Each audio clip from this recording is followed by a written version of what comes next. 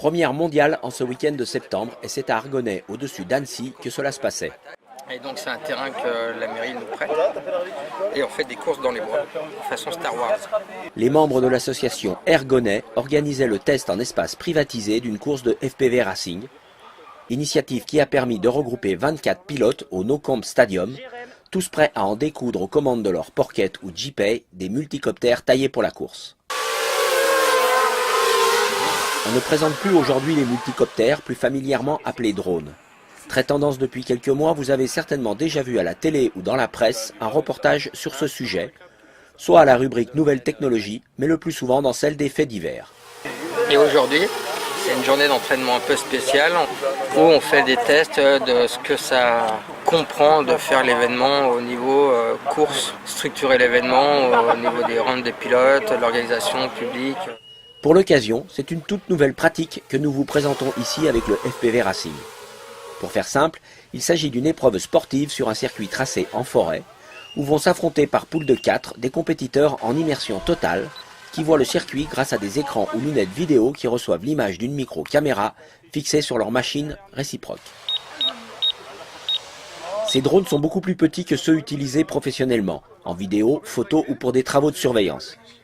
Taillés pour la course, ces petits bolides de quelques centaines de grammes offrent le meilleur compromis vitesse-maniabilité.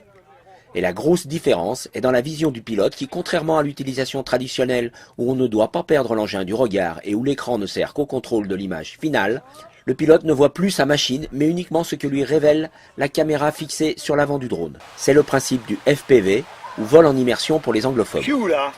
Ah mais je suis en sens inverse.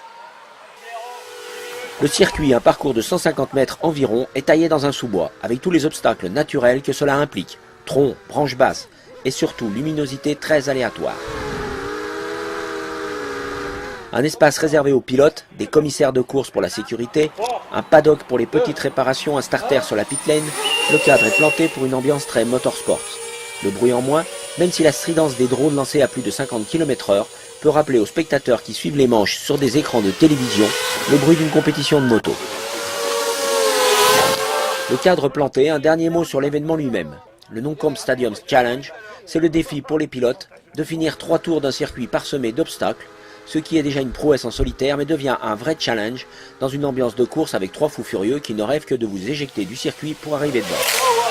Pour vous faire une idée de ce que ressent le pilote, rappelez-vous la course de Pods dans l'épisode 1 de la Guerre des Étoiles ou les jeux vidéo assimilés.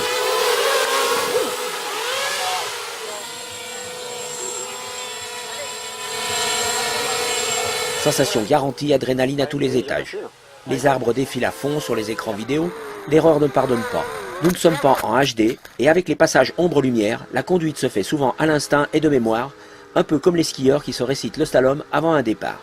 Les repérages fléchés et rubalises disposés tout le long du parcours, sur les arbres et au sol, sont bien là pour marquer la route, mais avec la vitesse des quads et la déformation des caméras, c'est quand même à l'instinct et au réflexe que les pilotes font le plus souvent appel. C'est la grande finale, là, c'est le choc des titans. Là, il va y avoir du niveau, là, ça va faire mal, très mal. Au final, une poule est lancée avec les 5 pilotes les plus rapides sur la ligne.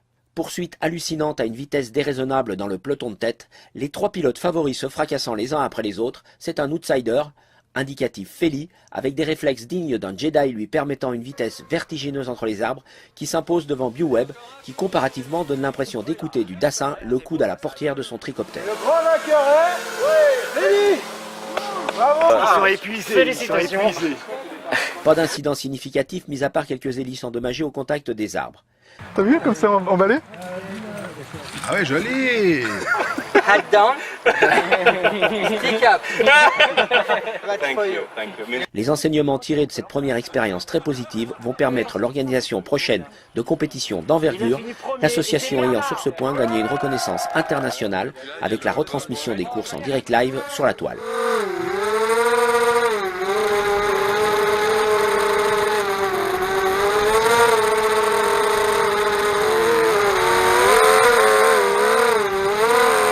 Rendez-vous est donc pris l'an prochain sur le No Camp Stadium d'Argonay pour une épreuve internationale, certainement une première mondiale made in France, avec les meilleurs pilotes mondiaux de cette nouvelle discipline bien dans l'air du temps.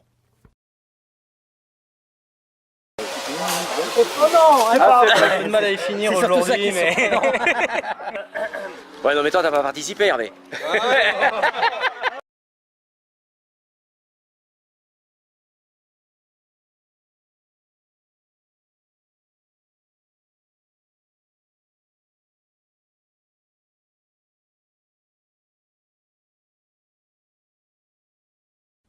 Première mondiale en ce week-end de septembre, et c'est à Argonay, au-dessus d'Annecy, que cela se passait.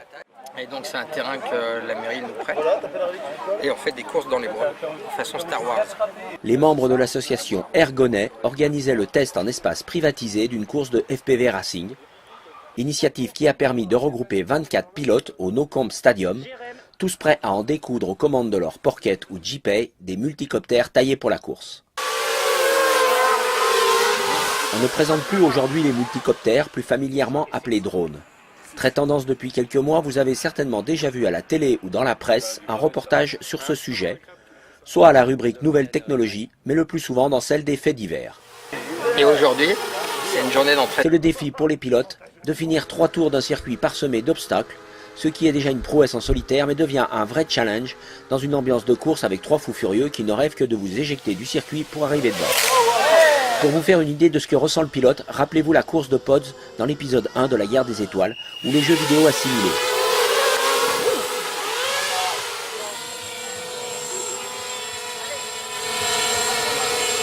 Sensation garantie, adrénaline à tous les étages.